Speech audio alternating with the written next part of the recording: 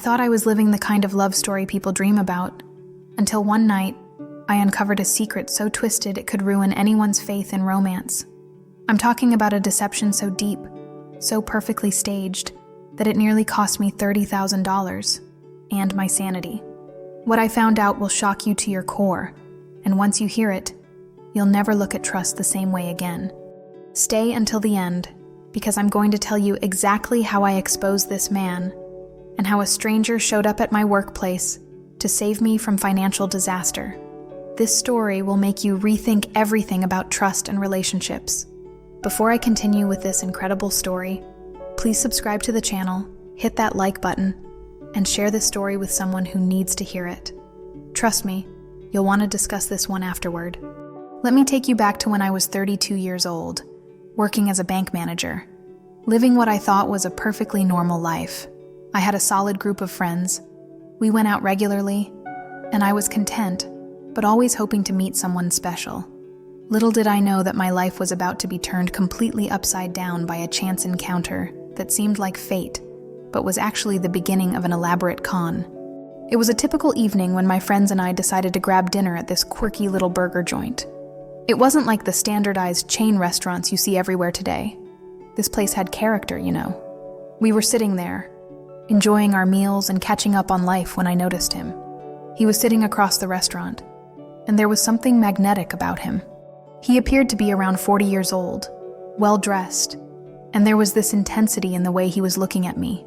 Our eyes met, and I felt that electric moment you read about in romance novels.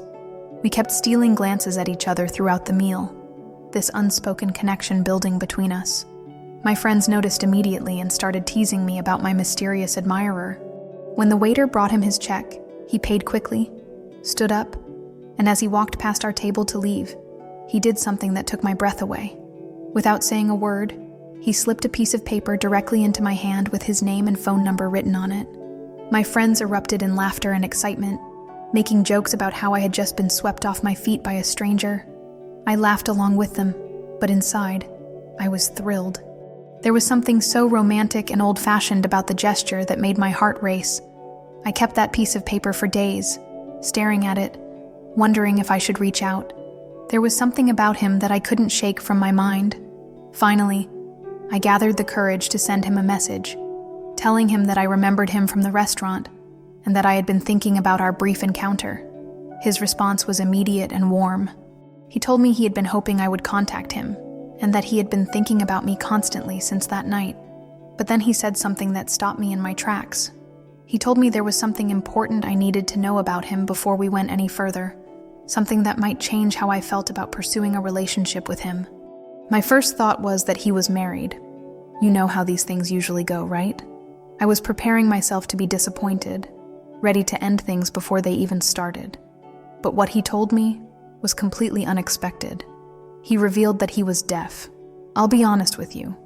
My first reaction was shock.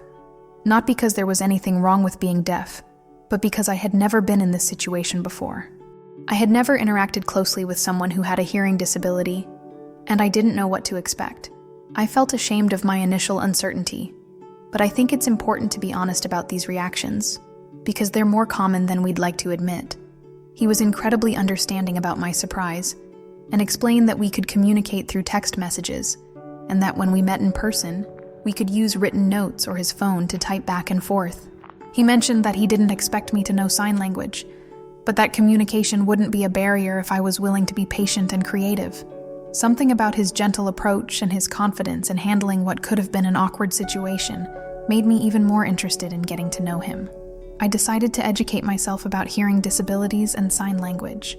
Everyone I spoke to told me that if I spent time with someone who used sign language, I would naturally pick up the basics pretty quickly, and that with some study, I could become quite proficient. I was excited about the challenge and the opportunity to learn something new. We arranged to meet for our first official date, and I was nervous but thrilled. When we met, he was everything I had hoped for and more. He was incredibly gentle, polite, and thoughtful. We communicated through written messages on our phones, and he began teaching me some basic signs. He showed me simple phrases like, "I like you," and "You're beautiful," and I was completely charmed by the intimacy of this new form of communication. The connection between us was undeniable. We kissed that first night, and I knew I wanted to pursue this relationship seriously. He opened up to me about his life, telling me that he was quite shy and didn't go out much. He explained that his disability made socializing challenging and that he often preferred quiet evenings at home rather than crowded social situations. He also mentioned something that would later become central to our relationship. He told me about cochlear implants.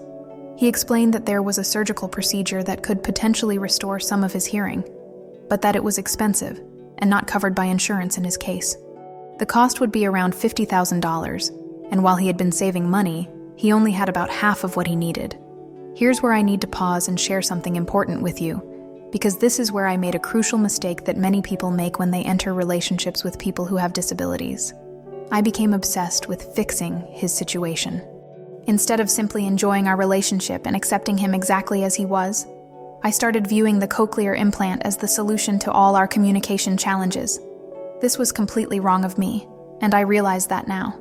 People with disabilities don't need to be fixed or cured to be worthy of love and acceptance. They are complete human beings with their own desires, preferences, and autonomy. When someone hasn't asked for your help or advice about their disability, it's not your place to try to solve their situation. But at the time, I became fixated on this idea. He would mention how he wished he could hear the sounds of celebration during the upcoming World Cup, how he wanted to experience the fireworks and the cheering crowds. These conversations made the cochlear implant seem like a dream we could work toward together.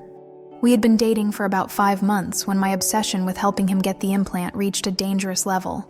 Remember, I worked at a bank, so I had access to loans and credit lines. I convinced myself that I could take out a loan for $30,000 to help him complete the funding for his surgery. I thought I was being loving and supportive, but I was actually overstepping boundaries in a major way. I started the process of securing the loan without telling him about my plan. I wanted to surprise him once everything was finalized. During this time, I was trying to better understand his world by watching television with the sound off and subtitles on. I was adapting my lifestyle to accommodate what I thought were his needs. He had become a regular presence in my home. Since he was quite introverted and preferred quiet environments, he spent most of his free time at my apartment. I lived alone, so it was easy for him to feel comfortable there. Our relationship seemed to be progressing beautifully, and I was falling deeper in love with him every day. But here's where the story takes a turn that will shock you to your core. One day, while I was at work putting the finishing touches on the loan application, a woman walked into the bank asking specifically to speak with me. She introduced herself, and then said something that made my blood run cold. She told me she had been dating the same man I was seeing. My first instinct was to be defensive. I thought maybe this was a jealous ex-girlfriend trying to cause trouble. But as she continued talking, the details she shared about him were too specific and accurate to be coincidental. She knew things about his habits, his preferences, and his supposed disability that only someone who had been intimately involved with him would know. Then she dropped the bombshell that changed everything. She told me she had given him $15,000 for his cochlear implant surgery, and after he received the money, he had completely disappeared from her life. When she tried to track him down, she discovered something that shattered her world and was about to shatter mine. She had learned that his mother was indeed deaf, but he was not. He had been pretending to have a hearing disability to manipulate women into giving him money for a surgery he didn't need. I felt like the ground was falling out from under me. This woman explained that he had an entire parallel life as a hearing person. The reason he never took me out in public or introduced me to friends wasn't because of social anxiety related to his disability. It was because he was maintaining this elaborate deception and couldn't risk being exposed. She told me that she had spoken with his mother, who confirmed that her son had full hearing and had used her real disability as a template for his con game. His mother was apparently tired of his schemes and had tried to stop him multiple times, but he continued to exploit her condition to prey on well-meaning women. I was devastated. I broke down crying right there in the bank. My colleagues rushed to comfort me, and when I told them what had happened, one of them suggested that maybe this woman was lying, that perhaps she was trying to sabotage my relationship out of jealousy. But another friend had a different idea, one that I'm embarrassed to admit I went along with. She suggested that since he claimed to be completely deaf, and since we were approaching World Cup season, I should test his hearing while he was sleeping. She told me to get one of those loud sports horns and blow it near his ear to see if he would react. I want to be clear that this was absolutely wrong on multiple levels. Testing someone's disability without their consent is a violation of their trust and dignity. Even if someone is lying about a disability, this kind of test is inappropriate and potentially harmful. But I was so emotionally distraught and desperate for answers that I made a terrible decision. I bought one of those plastic sports horns and hid it in my bedroom closet. The next time he came over, I pretended to have a headache to avoid intimacy. I was already starting to feel suspicious and uncomfortable around him. He went to sleep, and when I was certain he was deeply asleep, I retrieved the horn from my closet. What happened next confirmed my worst fears and ended our relationship in the most dramatic way possible. When I blew that horn next to his ear, he jumped so high I thought he might hit the ceiling. But more importantly, his reaction was completely natural and immediate. There was no confusion, no disorientation that you might expect from someone who had never heard sound before. He instantly started yelling at me, asking what was wrong with me, calling me crazy. And here's the detail that sealed his fate. He was speaking with perfect clarity and normal volume. Throughout our entire relationship, he had affected a particular way of speaking that mimicked how some deaf people sound when they speak. Slightly different intonation and rhythm that comes from not being able to hear their own voice. But in that moment of shock and anger, he forgot to maintain his act. I started clapping my hands sarcastically, telling him that apparently he didn't need the Cochlear implant after all since he could hear perfectly fine. He became increasingly agitated, started gathering his clothes, and continued yelling at me. The fact that he was responding to everything I said while his back was turned proved definitively that he could hear every word. As he was storming out of my apartment, still shouting, I told him that I had been planning to give him the money for his surgery. I had actually told him about this plan just a few days earlier during a romantic dinner, and he had even cried and talked about how excited he was to finally hear my voice. The manipulation was so deep and so calculated that it made me sick to think about. After he left, I sat in my apartment, alternating between blowing that horn in frustration and crying. He vanished completely. No calls, no texts, no explanation. Just gone. I couldn't let it go. I contacted the woman who had warned me and asked for his mother's address. I needed to see for myself, to get some kind of closure or explanation. When I found his mother's house, I discovered a woman who was genuinely deaf and completely exhausted by her son's behavior. Through an interpreter, she confirmed everything.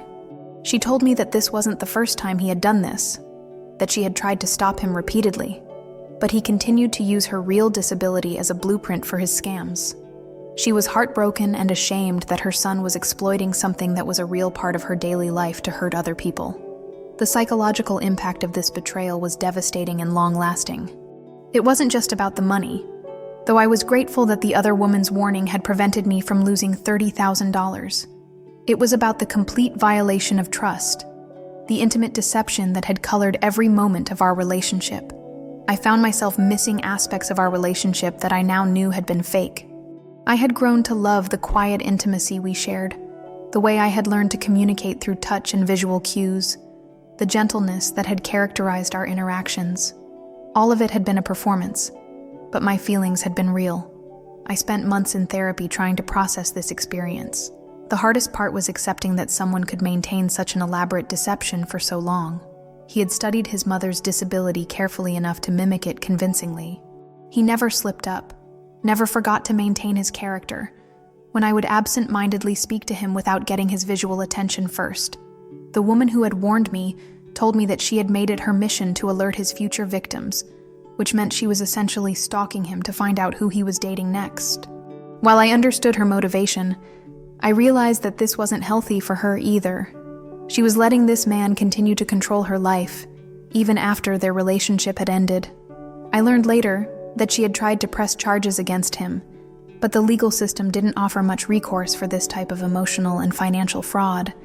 The money had been given as a gift rather than a loan, which made it difficult to pursue legally. This experience taught me several important lessons that I want to share with you. First, when you're in a relationship with someone who has a disability, your role is not to fix or cure them unless they specifically ask for your help. People with disabilities are complete human beings who deserve to be loved and accepted exactly as they are. Second, be wary of relationships where your partner isolates you from their social circle or never introduces you to family and friends. While some people are genuinely private, complete isolation from their other relationships can be a red flag. Third, trust your instincts. If something feels off about a relationship, don't ignore those feelings because you want the relationship to work. Pay attention to inconsistencies and don't be afraid to ask questions. Finally, be cautious about making major financial commitments early in relationships, especially when you're motivated by a desire to solve your partner's problems. Healthy relationships are built on equality and mutual respect, not on one person rescuing the other. The most disturbing aspect of this entire experience was realizing how many women he had likely victimized using this same strategy. He had identified a vulnerability, the desire to help and support someone we care about, and weaponized it for financial gain. The psychological manipulation was sophisticated and cruel. I want to be clear that this experience hasn't made me prejudiced against people with disabilities or less willing to date someone who happens to have a disability. What it has done is make me more aware of manipulation tactics and more committed to building relationships based on honesty, equality, and mutual respect. This story might sound too outrageous to be true, but I assure you it happened exactly as I've described. The capacity for human deception can be truly shocking, and the lengths some people will go to exploit others' kindness and generosity is both heartbreaking and infuriating. I hope that by sharing this experience, I can help others recognize similar red flags and protect themselves from this type of manipulation. If something about your relationship feels off, trust that instinct. If someone seems too perfect or if their story has inconsistencies, don't ignore those warning signs because you want to believe in the fairy tale. This is actually a true story that was shared with me by one of my followers on social media, and I want to thank them for having the courage to share such a personal and painful experience. Their story serves as an important reminder that we need to be vigilant and protect ourselves while still remaining open to genuine connections with others. If this story resonated with you, or if you've had similar experiences, please subscribe to the channel, give this video a like, and share it with someone who might benefit from hearing it. Most importantly, leave a comment below. I'd love to hear your thoughts on this incredible story and any similar experiences you might have had. Your engagement helps these important stories reach more people who need to hear them. Remember, the best protection against manipulation is awareness and community. By sharing these stories and supporting each other, we can help prevent others from falling victim to similar schemes.